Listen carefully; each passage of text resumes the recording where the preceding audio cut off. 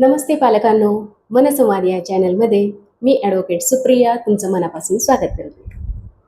आजचा आपला विषय हा आहे, मुलांना पैशाचं महत्त्व कसं पटवून द्यायचं. मॉलमध्ये किंवा दुकानामध्ये गेल्यानंतर तुमच्या मुलांनी 5,000च्या महागड्या वस्तूसाठी कधी हट्ट केलाय का हो? किंवा जमिनीवर लोळण केली आहे का हो?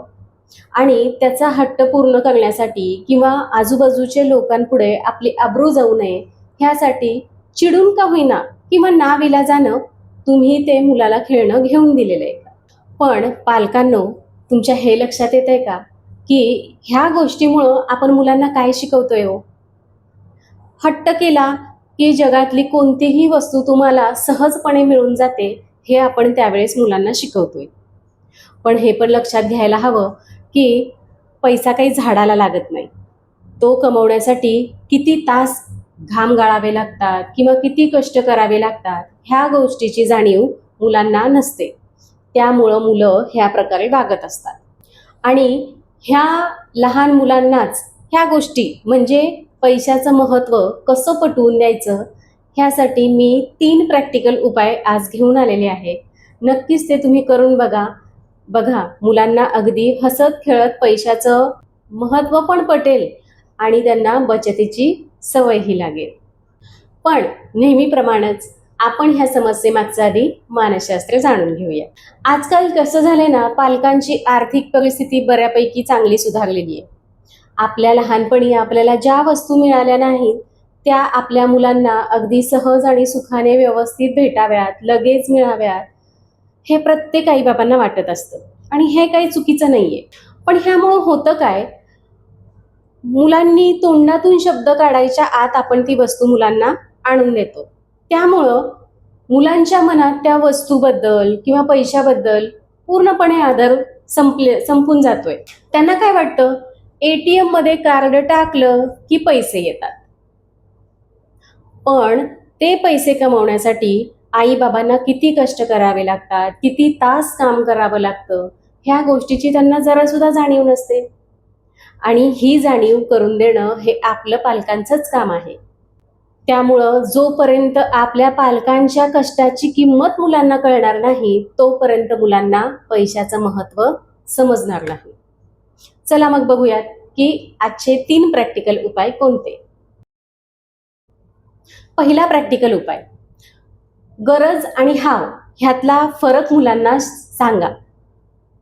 म्हणजे मुलांना ही गोष्ट सांगा की तुझं जे काही दप्तर आहे, पाटी, पेन्सिल, वही, पुस्तक किंवा गणवेश, जे काही तुझे कपडे आहेत किंवा जेवण, ह्या सगळ्या आपल्या गरजेच्या वस्तू आहेत.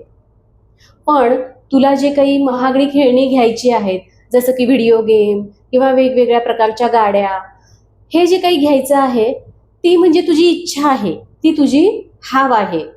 आणि ते काय आपण थोड्या दिवसांना आपण ते भागवू शकतो किंवा ते घेऊ शकतो. त्यामुळं आपल्याला सध्या गरजेचं काय आहे ते आधी आपण घेऊया आणि त्याच्यानंतर आपल्याकडे ज्यावेळेस व्यवस्थित योग्य पद्धतीनं चांगले पैसे येतील तेव्हा आपण तुझी ती जी काही इच्छा आहे ती पूर्ण करूया. ज्यावेळेस मुलांना गरज कोणती आणि आपली इच्छा किंवा हाव कोणती ह्या दोन्हीतला फरक कळेल तेव्हा मुलांना पैशाचं महत्त्व नक्की समजेल. आता प्रॅक्टिकल उपाय 2, मुलांना पिगी बँक किंवा बजेटची सवय लावा. म्हणजे जसं की त्यांना एक बाजारातून छानशी पिगी बँक आणून द्या. तुमचं ज्याप्रमाणे बजेट आहे त्याप्रमाणे मुलांना 50 किंवा 100 रुपये देऊ करा आणि त्याला ते त्या पिगी बँकमध्ये टाकायला सांगा. आणि जेव्हा कधी मुलांना खेळणं घ्यायचं असेल किंवा महागडी वस्तू एखादी ते मागत असतील त्यावेळेस त्याला ही गोष्ट सांगा की मी तुला महिन्याला एवढे एवढे पैसे देतोय, ते तू ह्या पिगी बँकमध्ये टाक आणि जेव्हा ते पैसे साठतील, जास्त होतील, तुला जी वस्तू घ्यायची आहे त्या किमती एवढे होतील तेव्हा आपण ती वस्तू घेऊयात. अशानं काय होईल, जेव्हा मूल स्वतः पैसे साठवून स्वतः ती वस्तू खरेदी करेल तेव्हा त्याला मिळणारा आनंद हा वेगळाच असेल. पण शिवाय पैसे साठवण्यासाठी किती वेळ लागतो ह्या गोष्टीची सुद्धा त्याला समज येईल.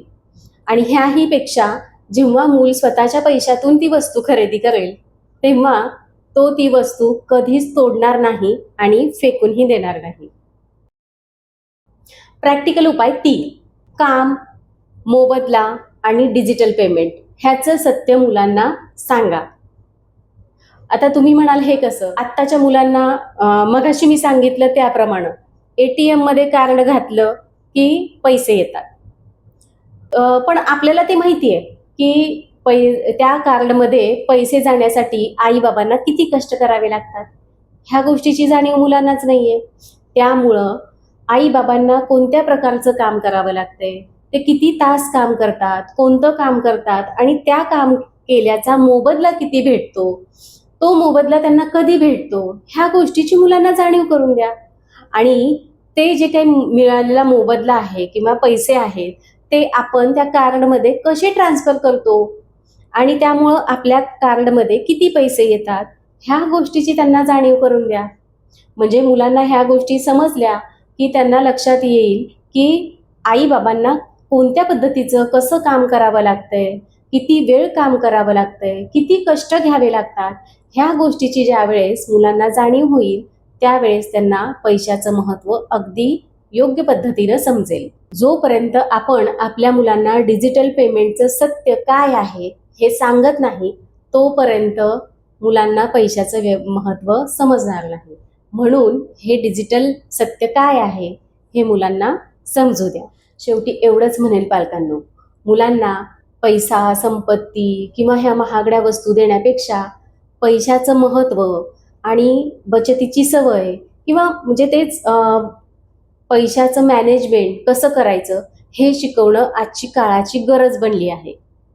कारण आज मुलांना ही लावलेली सवय मुलांना भविष्यात आर्थिकदृष्ट्या सक्षम माणूस बनवेल.